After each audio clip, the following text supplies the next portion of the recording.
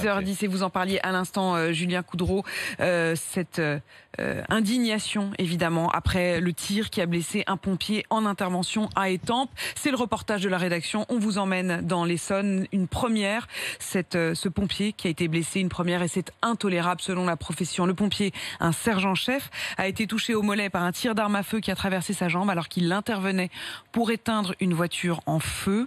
Le ministre de l'Intérieur, Gérald Darmanin, était sur place hier. Il a rendu visite au pompier. Il s'est longuement entretenu avec lui. Et puis, il a fait part du dégoût inspiré par cet acte lors de sa visite à la caserne d'où est originaire ce pompier. L'émotion à Étampes après l'agression du pompier.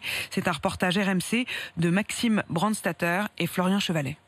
Au lendemain des faits, Alexandre, commerçant à Étampes et natif de la commune, est venu en curieux devant la caserne. L'agression du pompier ne l'étonne pas. Il y a plusieurs quartiers où la délinquance augmente au fur et à mesure du temps et des années et ça va en s'empirant. On a envie de partir.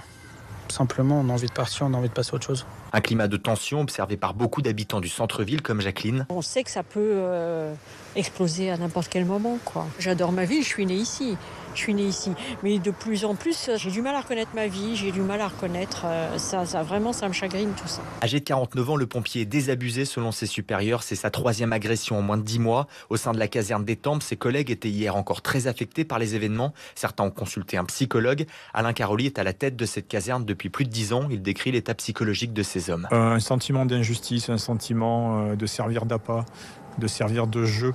Parfois. Donc c'est quelque chose que nous n'avait jamais connu, ça, le tir à balles réelles. D'autant plus que dans certaines situations, il y a des phrases d'incivilité qui sont très impactantes individuellement. Du style, on te retrouvera, on a ton adresse, etc., etc. Pour éviter ce type de situation, Franck Marlin, le maire de la commune, demande des effectifs de police supplémentaires pour sécuriser le quartier. En dehors d'un échange, de la compassion, de soutien, il faut maintenant des actes. Ce qu'on disait à monsieur le ministre, il faut vraiment, c'est bien de discuter, c'est bien de faire une thérapie de groupe, mais au-delà de ça, il faut y aller, quoi. Le pompier agressé et ses supérieurs vont maintenant discuter d'un possible départ de la caserne d'Étampes pour qu'il puisse poursuivre sa carrière plus sereinement.